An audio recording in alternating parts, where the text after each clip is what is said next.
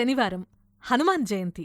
ఇంతకన్నా మంచి రోజు మరొకటుంటుందా? హనుమత్ జయంతి సందర్భంగా స్వామి భక్తికి, సేవా నిరతికి నిదర్శనమైన హనుమంతుని జన్మరహస్యం. శ్రీరామనవమి తర్వాత సరిగ్గా 6 రోజులకు హనుమత్ జయంతిని జరుపుకుంటాం. దీనినే హనుమద్ విజయోత్సవం అని కూడా అంటారు.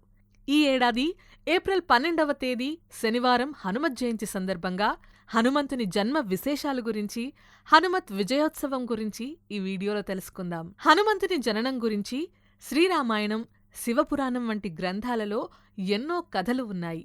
ఈ కథలను గురించి ఇప్పుడు వివరంగా తెలుసుకుందాం.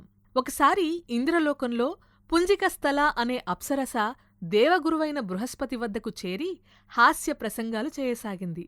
ఎంతో అసందర్భంగా, వికారంగా ఉన్న ఆమె హావభావాలను బృహస్పతి ఆగ్రహించి పుంజికస్థలను భూలోకంలో వానరకాంతగా జన్మించమని శపించాడట. బృహస్పతి శాపానికి భయపడిన పుంజికస్థల తన తప్పిదాన్ని మన్నించి శాపానికి ఉపశమనం చెప్పమని బృహస్పతిని పరిపరి విధాలుగా ప్రార్థించింది.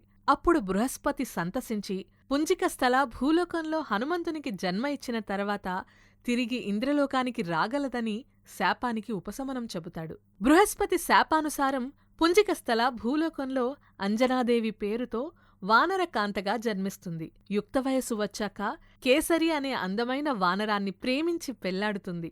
అంజనాదేవి, కేసరి దంపతులు ఎంతో అన్యోన్యంగా ఉండేవారు. వారు మంచి సంతానం కోసం ప్రతినిత్యం భక్తితో శివుని ఆరాధించేవారు. అప్పుడు వాయుదేవుడు శివుని తేజమును పండు రూపంలో అంజనాదేవికి అనుగ్రహిస్తాడు. కాలక్రమంలో అంజనాదేవి గర్భవతి అయి శివాంశ సంభూతుడైన శ్రీ ఆంజనేయస్వామికి పంపాక్షేత్ర కిష్కిందా నగరాన జన్మనిస్తుంది. హనుమంతుడు కేసరికి జన్మించినందున హనుమంతుని కేసరీ నందనుడని పిలుస్తారు. వాయుపుత్ర హనుమాన్. వాయుదేవుడు అంజనాదేవికి శివాంశ సంభూత పండును అనుగ్రహించడం ద్వారా హనుమంతుడు జన్మించాడు కాబట్టి హనుమంతుని వాయుపుత్రుడు అని కూడా పిలుస్తారు. శ్రీరామనవమి తర్వాత చైత్రశుద్ధ పౌర్ణమి రోజున సంప్రదాయం ప్రకారం హనుమంతుని ఉపాసకులు ఘనంగా హనుమత్ జయంతి పండుగ జరుపుకుంటారు. ఈ ఏడాది ఏప్రిల్ 12వ తేదీ శనివారం చైత్రశుద్ధ పౌర్ణమి రోజున హనుమత్ జయంతిగా జరుపుకోవాలని పంచాంగకర్తలు సూచిస్తున్నారు. హనుమత్ జయంతి రోజు సూర్యోదయంతోనే స్నానం చేసి శుచి అయి హనుమంతుని విగ్రహానికి పంచామృతాలతో అభిషేకం చేయాలి. పసుపు లేదా సింధూరం రంగు వస్త్రాలు ధరించాలి.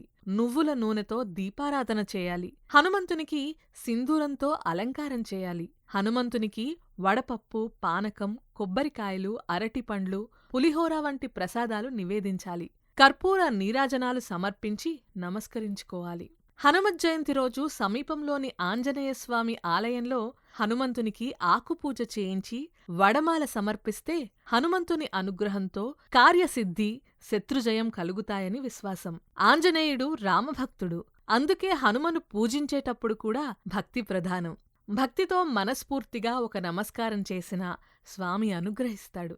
భక్తి లేకుండా ఎంత పెద్ద పూజలు చేసినా వ్యర్థమే. శ్రీరాముని పట్ల హనుమంతునికి ఉన్న భక్తి ప్రవత్తుల వల్లనే ఆంజనేయుడు శ్రీరామునికి నమ్మిన బంటు అయ్యాడు. ఆంజనేయ తత్వం నుంచి మనం గ్రహించవలసినది కూడా ఇదే. మనం కూడా హనుమత్ జయంతి పండుగను జరుపుకుందాం. హనుమంతుని అనుగ్రహంతో అభీష్ట సిద్ధి, కార్యసిద్ధిని పొందుదాం.